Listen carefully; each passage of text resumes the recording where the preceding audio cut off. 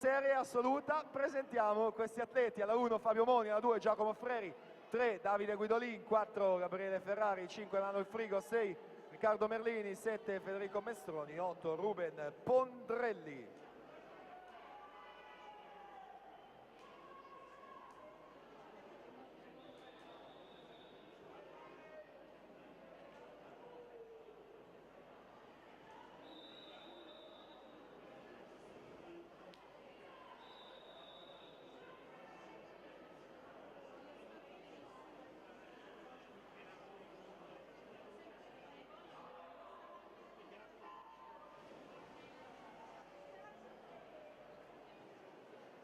E dunque vediamo se cade anche il record assoluto del dorso dopo i 3 caduti,